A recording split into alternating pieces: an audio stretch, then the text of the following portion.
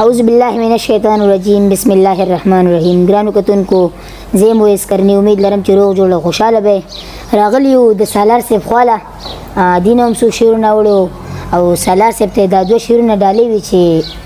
سالار صاحب شیر چې زب سو زم لکورا چې هر خواته مسله ده زب سو زم د کورا زب سو زم لکورا چې هر خواته مسله ده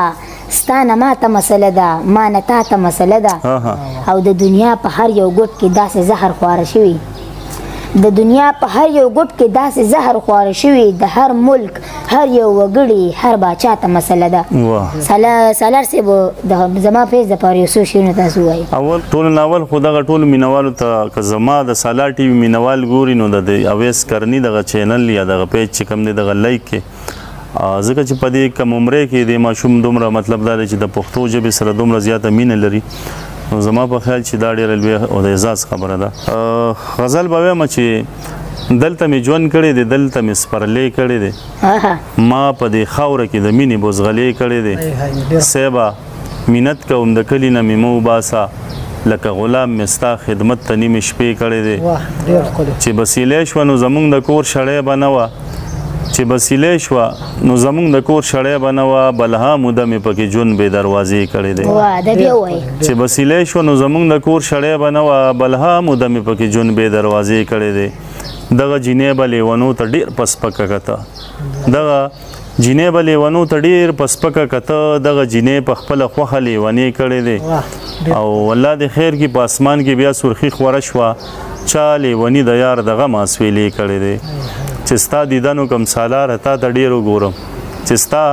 دیدنو کم سالار تا ته ډېر وګورم ستاسو په کلي کې مې بیا مونځ د جمعې کړی دی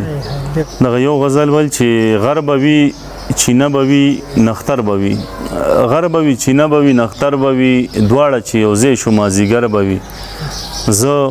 د دې خبرې قایل نه یم چا وی چې مولا شي نو رهبر به وي زه د دې خبرې قایل نه یم چا وی چې مولا شي نو رهبر به وي او سره شوه د خندانه راته وویل سره شوه د خندانه راته وویل سره چې کم لاسونه نو اختر به وي او سل ځله خفه شي خو پخلای کم یو ځل که خفه شم مرور به وي سل ځله خفه شي خو پخلای کم یو ځل که خفه شم مرور به وي او ژوند بس په دې حقیقت پوه شوم ژوند بس په دې حقیقت پوه شوم هر څوک تیاره وي خو سحر به وي او بیا به ګوتې مروړې په سالار پسې ستا نه به خفه وي مسافر به وي ډېره مننه ډېره زیاته مننه سالار صاحب چې تاسو موږ له دونه لنډ وخت کې دومره ټایم راکړو ډېره زیاته مننه یو جهان مننه موږ سره بختیار نادان صاحب د تور غر نه راغلی دی مې خواست کومه چې یو څو شعرونه مینوالو ته ډالۍ کړي ډېره مننه کرني صاحب ستاسو ټولو مینوالو ته یو څو شعرونه ډالۍ چې نه په مولا او نه په خان پسې خبرې کوم نه په مولا او نه په خان پسې خبرې کوم اوس هوښیار شوی یم په ځان پسې خبرې کوم ای د دې دور د انسان نامت مخکې راځي ای د دې دور د انسان نامت مخکې راځي زه چې هم کله په شیطان پسې خبرې کوم او زه دې فساد او دې جنګونه او تر کړی یم زه دې فساد او دې جنګونه او تر کړی یم کله ناکله خپل ایمان پسې خبرې کوم او زه پښتون نه یم بې پښتو یم بې ننګه یم زه پښتون نه یم بې پښتو یم بې ننګه یم بختیا چې زه په باچا خان پسې خبرې کوم ډېره مننه زه پښتون نه یم بې پښتو یم بې ننګه یم بختیا چې زه په باچا خان پسې خبرې کوم او یو څو شعرونه نور چې دوی په قسم دوی په قرآن خبره سپینه نه کوي